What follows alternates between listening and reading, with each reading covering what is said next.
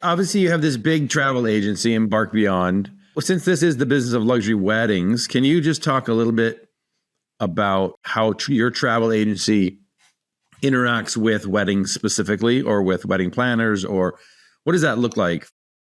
As I was building this travel company, as I told you by mistake, one of our best customers came back from a trip to Lake Como and said, I want you to plan my daughter's wedding. And I said, what? I don't know anything about weddings. I don't know the difference between a rose and orchid. I don't know what you're talking about. I can't plan a wedding for you. Let's find a wedding planner.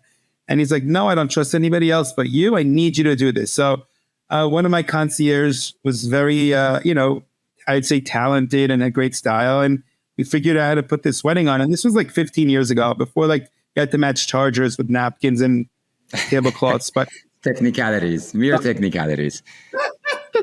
It was so amazing. It was incredible. I mean, the backdrop was perfect. You didn't really need much. It was a great lesson for all of us. And from that, we got 3 new leads for destination weddings. This is 15 years ago, right? And I'm like, I guess we're going to be in this business. It's good money. Let's figure it out. I eventually hired an event planner, which didn't work out. Then I hired another one.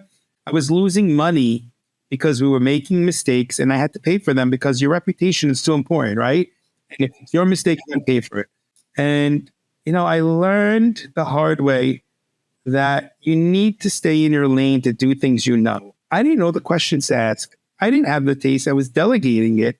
It wasn't working out. The last event I ever did fully was at Gurney's in Montauk. We were doing this big party on this rooftop of the spa with 500 people and like a 400-pound mall chandelier and a tent and everything. And the day before the event, or 2 days before the event, the engineer's like, you can't do that. The roof's going to fall in. Like, don't you know to ask about this kind of stuff? I'm like, we were talking about this for 6 months. Why am I learning this now? It cost me $150,000 to truss it and decorate it. And I was like, ugh. And from that day on, I closed that business. And I said, you know what? I'm going to do what I know best.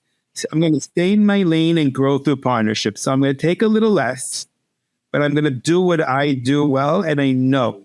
And that's exactly what we changed. We morphed our business to be a support for event planners instead of a solution, a 360 solution for customers. And so we went from B2C to B2B to C, right? And look, our strength is in logistics, is in relationships. When people get to know, we know how to get a yes, right? We know how to think things through, ask the right questions, get a client to really focus on what they want, not where they want, and then deliver that place, and work with planners to do guest management, which is what we do. And what most planners don't like doing is talking to each guest, knowing if they're a vegetarian or pescatarian, room rates together, because Aunt Sally pays $200 for the same room that Uncle, Sam pays $3,000 for. And it's complicated, time consuming. And then how do I get people from point A to point B, negotiate great contracts? That's what we do every day. And that's what we love to do. And so that's what we're doing. And so we figured, let's do that part so that the planners can do what they do best, which is create experience, create beauty, create connection, and let all that logistic piece just take care of itself. Jason, what a time to do it, right? I'm thinking about it as this industry started like booming into these, multi-day experiences. You've created this bridge between, the referrer and the client. Brilliant. And these clients are already used to traveling and living like this, so it works.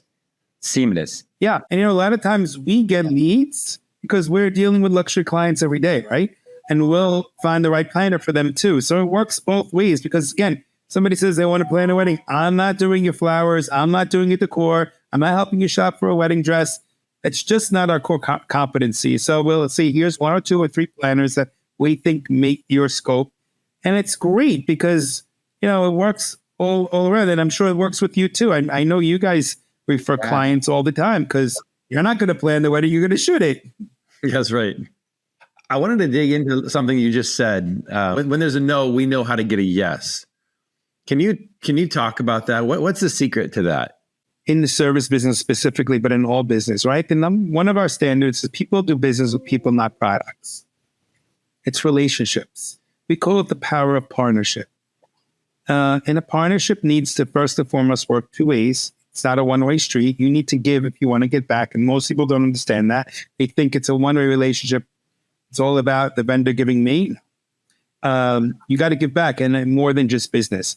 But we're blessed to have incredible relationships all over the world with luxury hotels, tour guides, operators, car companies. It's a blessing. It's a privilege. It's actually humbling.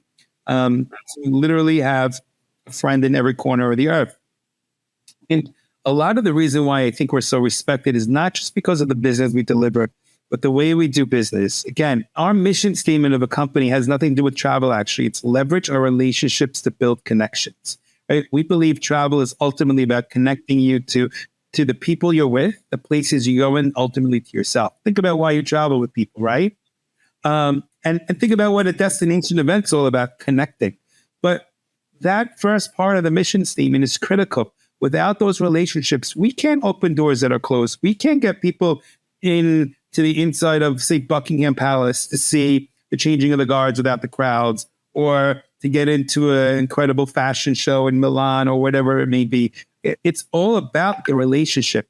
And if you don't respect the inside first, you're never going to be able to deliver it from the out. So once you have a trusted relationship with someone and you know the business, it's not just about friendship, you can have a real practical business conversation with people about why something is important. And sometimes if a catering manager is working with someone on a specific event and that's all they're looking at, they're not going to get far, because that catering manager is not empowered, first of all, and they're now looking big picture. But if we could talk to the general manager or the VP of the whole company or the CEO of a large chain company or our brand, and we could say, listen, this is everything we're doing together with you. This is the direction we can bring it in. Let's bring this into the bigger concept of things. You can have a much more strategic conversation and talk very practical with practical people. It's interesting because we're always talking about building, adding value to a relationship. And I heard you say, don't just bring business, bring other things. I mean, for the listener that's listening to that, because we get stuck here a lot. Like, okay, I understand I could bring them a wedding. If I'm trying to work with a wedding planner, if I'm trying to work with Embark Beyond, yes, I could bring you a client to book you. I could bring you, Miss Planner, a wedding. But what other types of things are you referring to when you say, you didn't say value, but that's kind of how we look at it. How do I bring value to that partner? Right. And value isn't only business, right? And first of all, one hit wonder of a wedding is not that exciting to a person. We're lucky that we have our core business is general luxury travelers. So we're constantly filling people's hotels and working with their people. But it's marketing exposure, it's sales exposure, it's helping them out when they need it. Like, we're the first to jump when someone's like, I'm soft in business and this month, can you help me? Yeah. We don't charge you for it. We don't do it. We're here as a partner. That's what we do. People don't forget that. It's not just when you need them, it's when they need you. That's really your Zima, your zero moment of truth in everything. That's the opportunity point right there, right? Right there. That's incredible. And there's oftentimes people strategic advice, because we publish trends reports every quarter and we're working with people. We'll give them, we'll consult with them. We'll give marketing strategy, practical advice. We're not charging for it, not because we want to just give away, what we do, but because this is part of the value that we give back to our partners. And ultimately, we get blessed in spades with so much more coming to us. Yeah. Yeah.